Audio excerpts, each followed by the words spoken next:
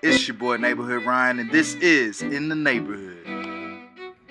Welcome to another edition of In the Neighborhood. I am here with Courtney Holland, aka CoCo. And where are you from? I'm from Seneca, South Carolina. Seneca, South Carolina. All right. I'll call you CoCo? I don't mind. All right. Okay, CoCo. At what age did you complete your first cake or dessert, and who was instructing you? I probably was like 14 or 15. Okay. 7th grade. All right. Seneca Middle School had a thing called FCA, and my aunt Phyllis Green, she was the teacher. Okay. I completed my first cream cheese pound cake Ooh. under her instructions. All right. And were you nervous?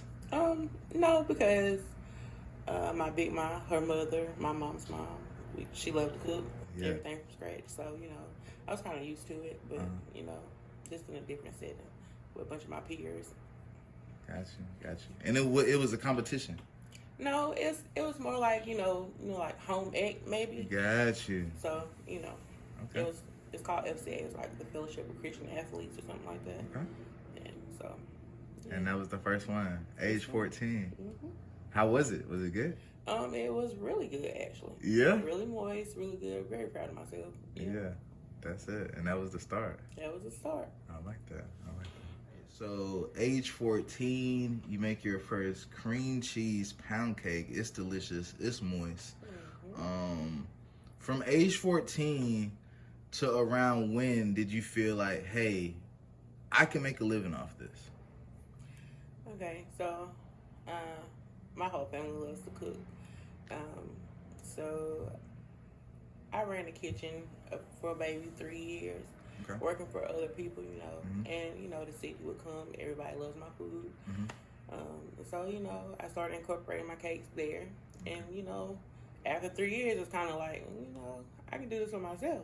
Yeah. So just put in the work and shaking hands with the right people, Ooh. and here I am. Yeah. So.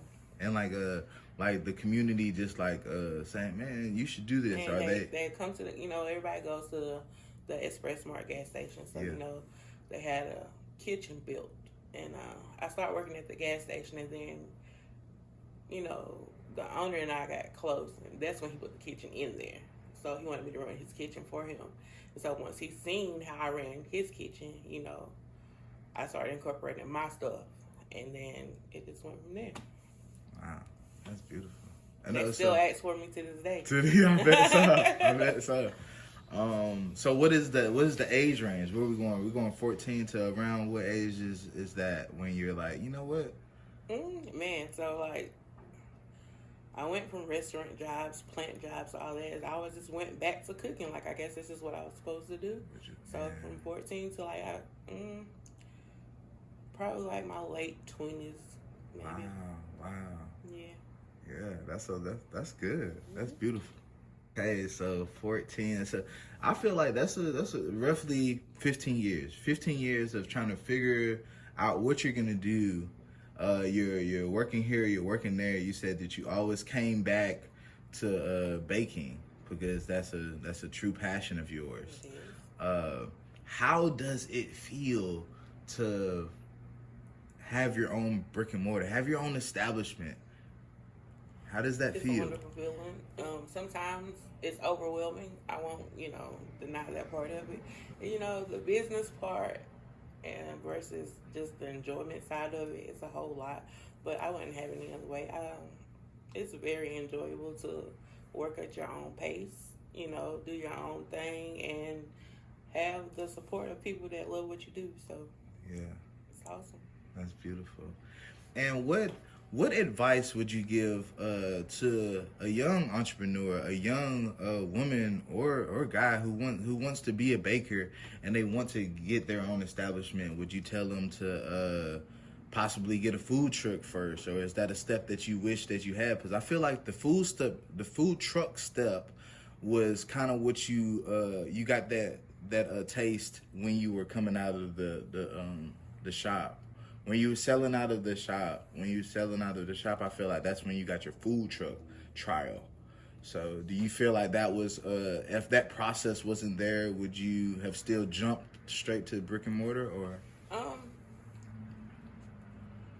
they're very similar but very different in the same. Mm-hmm. The food truck, like I still would now that I have a brick and mortar, I still would do a food truck because like you can just move around in different spots, you know, where your brick and mortar is like this is where you're at. You know, people have to come find you. Yeah. But in the food truck, you can move around. You know, it just depends on who you are and what you're doing. Yeah. You know, what works for you right now. For my schedule and what I'm doing, like being put is good for me right now. Yeah. But I would love to move around too. So, just keep working hard on what you want to do. If that's what you want to do, that's what you don't let nobody tell you that you can't. You know, sometimes people try to discourage you from, you know, just don't stop. Don't ever stop. You're gonna fail sometimes. You can make it though. Yeah. That's beautiful. I like that a lot.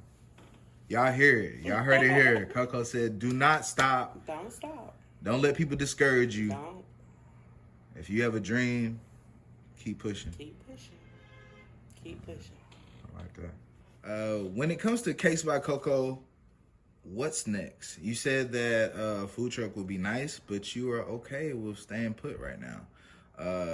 Do you have plans of expanding, maybe opening a shop elsewhere? What's next for Case by CoCo? I have no idea what's next for Case by CoCo. Honestly, faith has got me this far. So, Amen. you know, Amen. I'm willing to expand. I would love to get a food truck, like I said, you know, but whatever God see fit for me to do. Maybe even new flavors. New flavors. I'm always open to new flavors. I always ask my customers, you know, give me some ideas, something I can try, you know. Like challenges. Challenge myself all the time because I never know what I can do until I try. So, you know. I like that. Whatever's next, you know, I'm ready to walk through them doors, whatever it may be. Amen. First off, I just want to say thank you for your time. I really appreciate this. I think it was like great information, great content. Here on In the Neighborhood, I like to ask, who should I interview next? Before you answer, make sure it's someone that you can get me in contact with. And I want to shout out Tanar Hard Nard for setting this one up. Yeah. So I would recommend the ladies down here at Top Notch Beauty and Heavy Hands. Okay.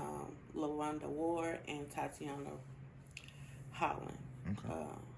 She does my dreads. All right. Tatiana does braids that can't be touched. The girls got some hands. Okay. And I think that would be a very good interview. They've been on that grind, booked and busy. All right. Good interview. Okay. All right. I appreciate that. And thank you again for your time. Thank you. Case by CoCo, y'all. Located in Seneca, South Carolina. Carolina. Do you have like your Instagram? You got your Instagram handle? Instagram, Case by CoCo, everything. Instagram, Facebook, TikTok, Case by CoCo. And